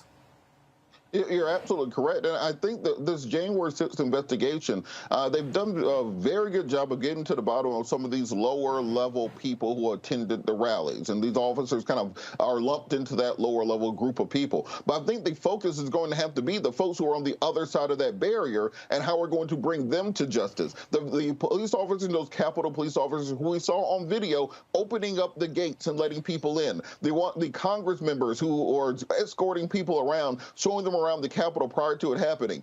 The Congress people who are tweeting out the location of the Speaker of the House and the Vice President for the mob to come murder. Those are the people we need to be getting at. Who paid for all these rednecks to get to Washington, D.C.? Them hotels are not cheap. Who paid for all those buses for them? Who paid for the hotel? Who fed them? Who organized this? We've got none of that information. So you're getting a lot of low-level people on trespassing violations, disorderly conduct violations, those sorts of things. This is not getting to the bottom of who started and what was behind this insurrection. And do you think all those people just went home and said, well, I guess it didn't work that time, I guess we'll go back to civil society? No, they're just waiting for their next opportunity to do this again. And now, because that was the dry run, now they understand what they did wrong and what has to happen. So what happens if that exact same mob comes back in 2022 or 2024, where we're inaugurating the next Democratic president? What's going to stop those people from coming back, this time armed, this time with maps, this time with a real plan to execute it, and not simply this riot that took place? Because right now, if you're not getting the leadership, if you're not getting the people who coordinate, if you're not getting the money people behind it, then these officers and others just like them are going to be able to do this again, and there's no recourse for the American people to defend their democracy. Scott? Yeah, Roland, this is an illogical lawsuit. Actually, it's a stupid lawsuit. I guess the Supreme Court will take it up at the state level. But here's the deal. You have a right to protest. You have a First Amendment right to gather and to express yourself. Then how come you don't have a right for the public to know your identity since you're on TV attacking the Capitol? You can't have it both ways. Either you're going to have your protection of First Amendment and to express yourself, but you are a public figure doing a public act, and it's on video. In fact, one of the officers, maybe 2 of them, posted videos of themselves at the rally and after the rally. It's on social media as well.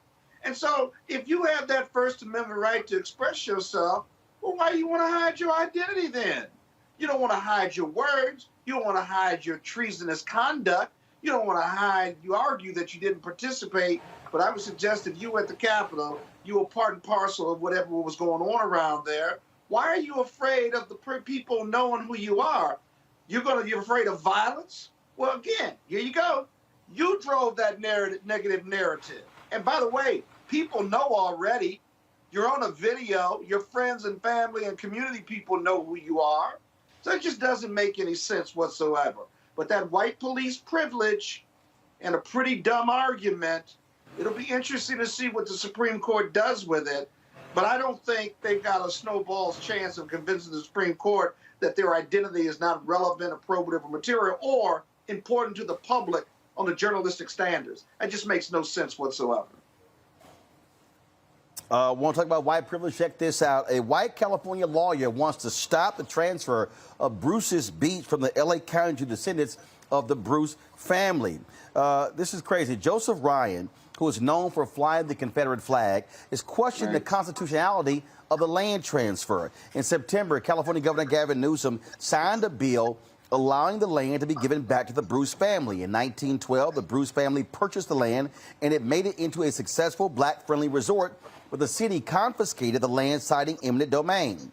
The preliminary hearing for the lawsuit is set for January. Lord, even when you sit here and have the California Assembly pass this thing and make it law, you got the white supremacists who's still trying to stop black folks from doing something, Scott. You know, whenever you pass legislation at the state or federal level, you know there's a committee report, right? There's a legal sufficiency report, right? There's a financial impact statement, right? And then the governor does the same thing before he signs it, right?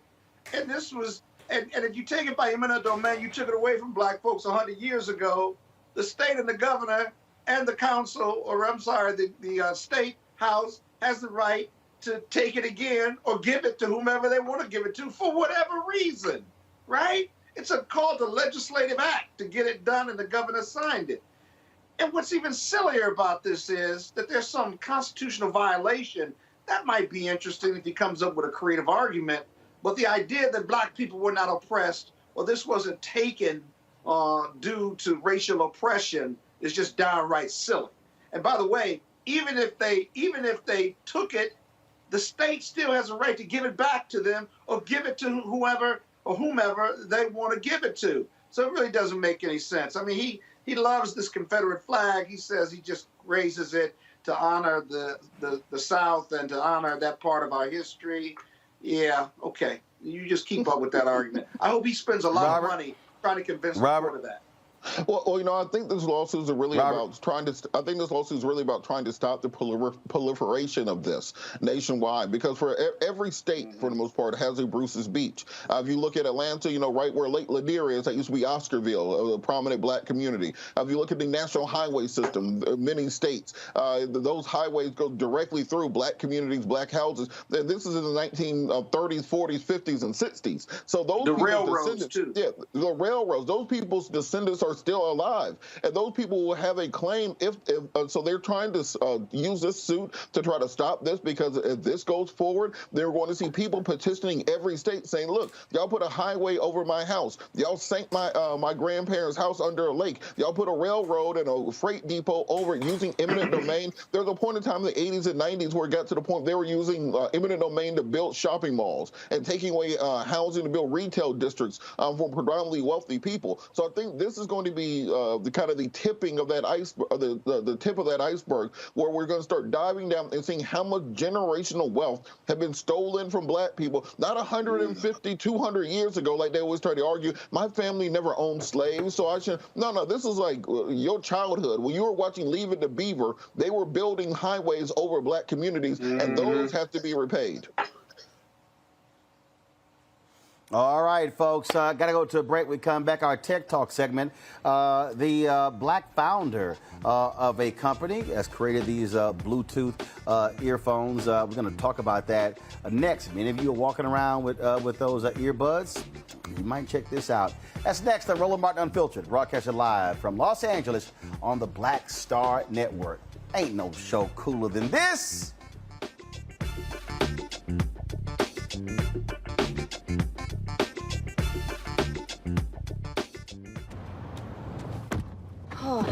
Spin class was brutal. Well, you can try using the Buick's massaging seat. Ooh, yeah, that's nice.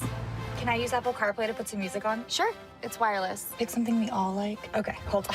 What's your Buick's Wi-Fi password? Buick Envision 2021. Oh, you should pick something stronger. That's really predictable. That's a really tight spot. Don't worry, I used to hate parallel parking. Me too. Hey. Really outdid yourself. Yes, we did. The all-new Buick Envision, an SUV built around you, all of you. Betty is saving big holiday shopping at Amazon. So now, she's free to become Bear Hug Betty. Settle in, kids. You'll be there a while. Ooh, where you going? Hey, I'm Cupid, the maker of the Cupid Shuffle and the Wham Dance. What's going on? This is Tobias Trevelyan.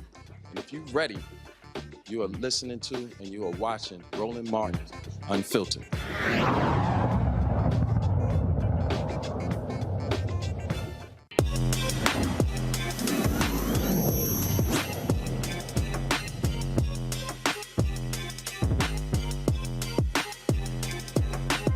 Go to slider, go to slider.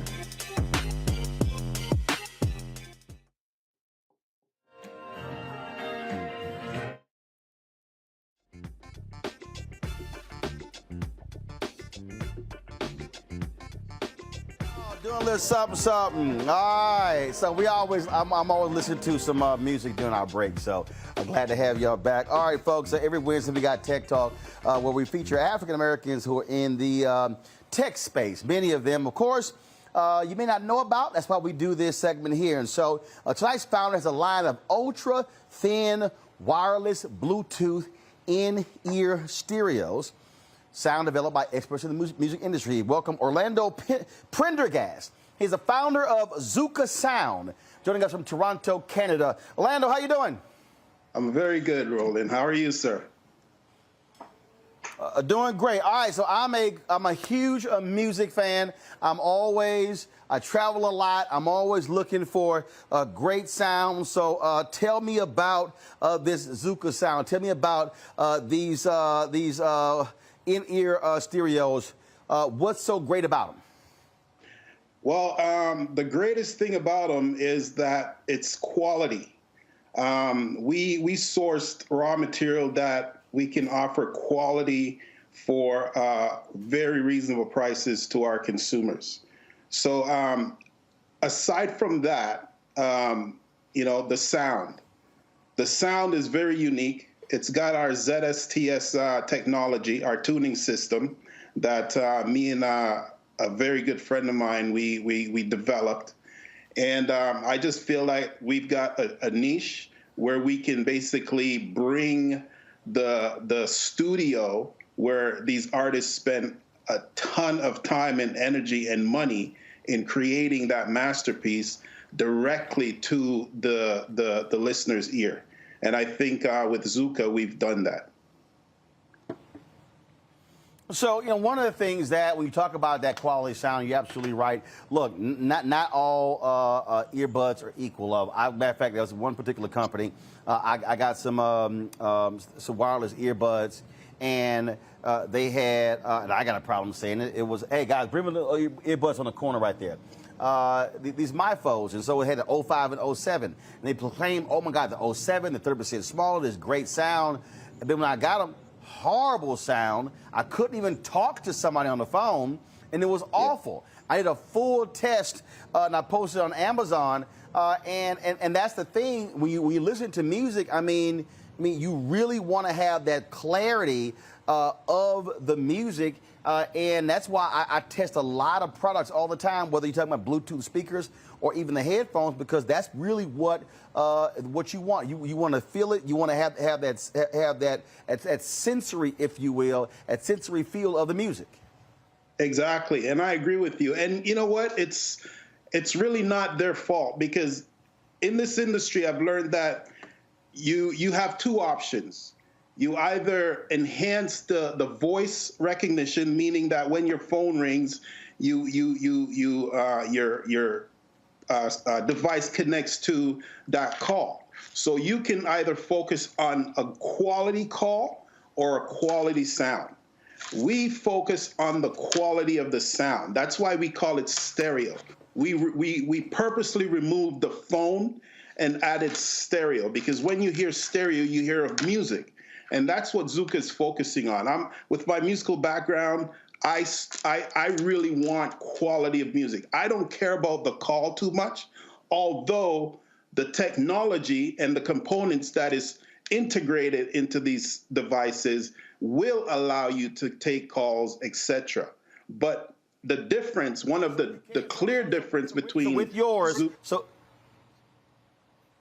with yours, you can use them to talk, but as you were developing it, your focus was more, let's make sure that the music part is A+ and the talk part is A- or secondary. Exactly. And no other, from my research, no other brand has done that, which is why they call earphones. I want. First of all, how long did it take you to develop these Bluetooth in stereo phones? 5 long years, man. 5 long years. Wow. Sleepless nights, and loss of a lot of money, because this industry, although I spent 28 years in the music industry, the tech industry was very new to me. It came to me as a dare. And you might know the guy that dare, but I won't mention his name. But I'm sure off air you'll know who he is. He's very well known. He was the guy behind American Idol for the first 10 years in the audio engineering space. But the thing is, I really am passionate about giving quality for the price. I don't care if you pay $300 for a device, but please get $300 worth from that device. And that's really what our focus is, Roland. Questions from panelists. Robert, what you got for Orlando? Could you talk a little bit about it, and thank you for joining us. Can you talk a little bit about the development process, what you did in those 5 years? We've seen a lot of companies recently that have gotten into the tech space, but their development process is taking a flight to Shanghai or Guangzhou or Ningbo, picking up a product off the shelf and put it into a new box. Talk a little bit about how you develop this product and what differentiates it from some of those things on the market today. Right. So I must say, the soul that you see right now, the actual design is not ours. Due to COVID, we have 6 designs that are ours, that are creative, original design. But the soul was a design that was given to me, that was introduced to me by a manufacturer. He was haunting me for years to use this design. And finally, when COVID hit, and due to the computer chip shortage, the global computer chip shortage, and us being the little guy, we were really affected. So my original designs are not yet launched or even produced as yet. But to answer your question, it's a lot. It's a lot. And I've never, my manufacturer, it was in South Korea. I've never taken a trip there, but we've had long nights, Zoom calls, etc. They took my input, they took my instructions, and the process is like anything. You have to have tooling, proper tooling, which you have to create from scratch, which is a lot of financial investment and so forth. And then, you have to search and source the proper components. These components are privy to the public. They're out there. You just have to source the quality that you want. And of course, when you attach quality to anything, you're talking about cost. And so the 5-year process, we've done that. Unfortunately, we tried to launch 3 times prior to COVID. And again, us being the newcomers, we were always, bounced back with regards to getting our components manufactured and stuff like that. So with this launch and the fact that I really, really like this design, and they gave us the opportunity to integrate our sound and given us a few things that is exclusive to our brand. And that's why I went ahead and utilized their design. It cut a lot of time, and I felt like with the current situation and the unfortunate position that these essential workers are now in, from hero to zero in no time at all, I really wanted to do something in this sensitive environment to launch Zuka. And we created the Soul to Soul campaign that will benefit the essential workers. All right, Scott, your question. Hey, Orlando, welcome. Hi, Scott. Thank you for joining us. Part of your 5-year journey, did that include making sure you had your intellectual property rights and your ownership of this technology? That's always a big deal with tech products. And can you comment on that? What do you own? Yeah, Where do you own it? And do you have your IP rights in order? Yeah, we do. We do have our IP rights. It's not fully granted yet. It's a process. The ZSTS tuning system that we created, that's a process that I really, my partner is a genius, Elliot Saran, and him and I, he's a professor actually in audio engineering and a musician. This guy's like Prince. He plays every instrument. But yeah, that's not fully granted yet, but we're definitely looking forward to it. And yes, we've been using. Yeah, real quick, part of our journey, if I may. Sorry? Your IP rights, not just in this country, but obviously all over the world, because you've got so much competition, and that does take a lot of time. So good luck with it. And a lot of money. I'm a lawyer. I didn't ask for the money. All right, brother. then. We'll look. We'll look, Orlando. Hit me up off air, Scott. I'll hit you up.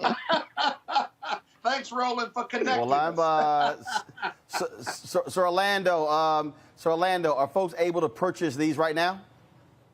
No, they're pre-ordered. Again, with the COVID situation, our mass production really just started. To be honest, again, we were able to get 200,000 of one of our component that we really needed to integrate and make our sound the quality that we wanted. So we've got orders for over the first 50,000 to be manufactured. So we will get our first shipment within the next 40 days. So right now, we're doing the pre-ordering, which Roland, that's not a new thing. The publishing space has been doing that pre-ordering thing for decades, and now the record labels are jumping on board. Before an artist drop a record, they pre-order, right? And I guess that's the new business. Absolutely. All right, then. Well, look, I look forward to checking these out, listening to them. I am quite finicky when it comes to my music, and so I definitely look forward to testing these out, checking them out. And so certainly congratulations. And, again, we need more African Americans, more people of color who are in the tech space and who are owning. There are a lot of people out there who are on the marketing side, but it's a whole different ballgame when you're the owner. It's a whole different ball game. You know it, brother. Like Puffy says, I want to cut the checks. Absolutely. Or as I say, I want to endorse the checks. There you go. There you go. There you go, That's man. It. Orlando, thanks so much. I appreciate it, Doc. Thanks a lot. Good luck. Thank you, man. I've been admiring you for years. Thank you, man. Keep doing what you're doing, brother. I will do. Will do. Thanks a lot. Thank you guys for having me. I want to thank Scott, Robert, and Monique.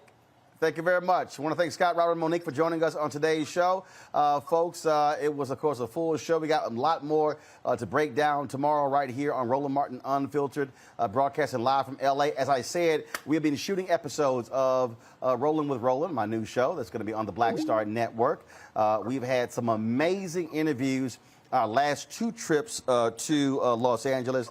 We've had great one-on-one conversations with Richard Lawson, with Glenn Turman, Jack A., Bill Duke, Mario Van Peebles, Michael Collier, Jeffrey Osborne. I'm leaving out somebody we chat with. Then, of course, last time, Dondre Whitfield, Johnny Gill, Sherry Shepard, Guy Torrey, Damaris Lee, Michael Ely, Laz Alonso, Maddie Rich, Sheila E. Yesterday, we talked, of course, with Sally Richardson Whitfield. Man, the conversation last night, y'all, was fire with Richard Roundtree. And tonight, I'll be talking with Trevor Jackson. Trevor Jackson. Then, of course, this week, Abrisha Webb, Chris Spencer, Flex Alexander, music director Ray Chu. And I'm trying to lock down Debbie Allen, my fellow Jack Yates high school alumnus. And so, folks, trust me, y'all want to download the Black Star Network app. You're only going to be able to see these on the Black Star Network app. Our goal is to get 50,000 downloads by the end of the year. That's critically important for us, folks, because we go to these advertisers to be able to show how we're doing with our downloads. Also, man, y'all were killing it last month with the Roland Martin Unfiltered podcast.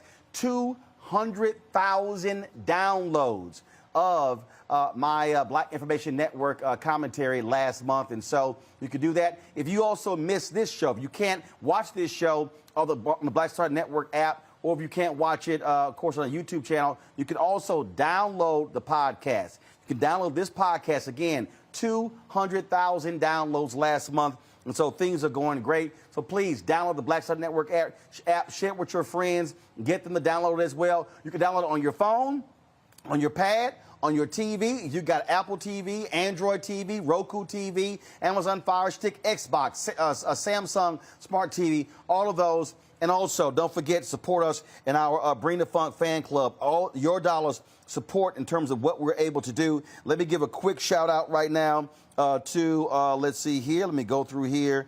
We had some folks who actually gave during the show. So Aaron Brown, thank you so very much supporting what we do, Aaron, for joining our Bring the Funk fan club. I'm telling you, y'all dollars really make a difference, folks, as we do this. We're an independent Black-owned media company. Look, we don't get the CNN money, the Fox News money, the MSNBC money, but I can guarantee you the content that we have is on point for our audience. So thank you so very much, folks. I will see y'all tomorrow right here on Roland Martin Unfiltered on the Black Star Network. I'll say bye to this camera right here. All right, folks, holla!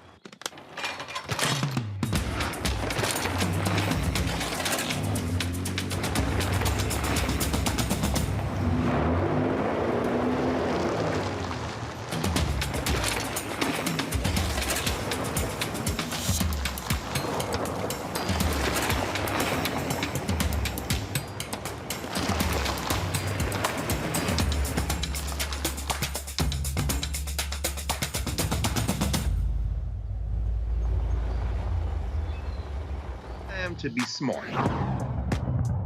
Roland Martin's doing this every day. Oh, no punches! Thank you, Roland Martin, for always giving voice to the issues. Look for Roland Martin in the whirlwind, to quote Marcus Garvey again. The video looks phenomenal, so I'm really excited to see it on my big screen. Support this man, Black Media. He makes sure that our stories are told. See, there's a difference between Black Star Network and Black-owned media and something like CNN. I got to defer to the brilliance of Dr. Carr and to the brilliance of the Black Star Network. I am rolling with Roland all the way. Honored to be on a show that you own. A Black man owns the show. Folks, Black Star Network is here. I'm real revolutionary right now. Roland was amazing on there. Stay black. I love y'all. I can't commend you enough about this platform that you've created for us to be able to share who we are, what we're doing in the world, and the impact that we're having. Let's be smart. Bring your eyeballs home. You can't be black-owned media and be scared. You dig?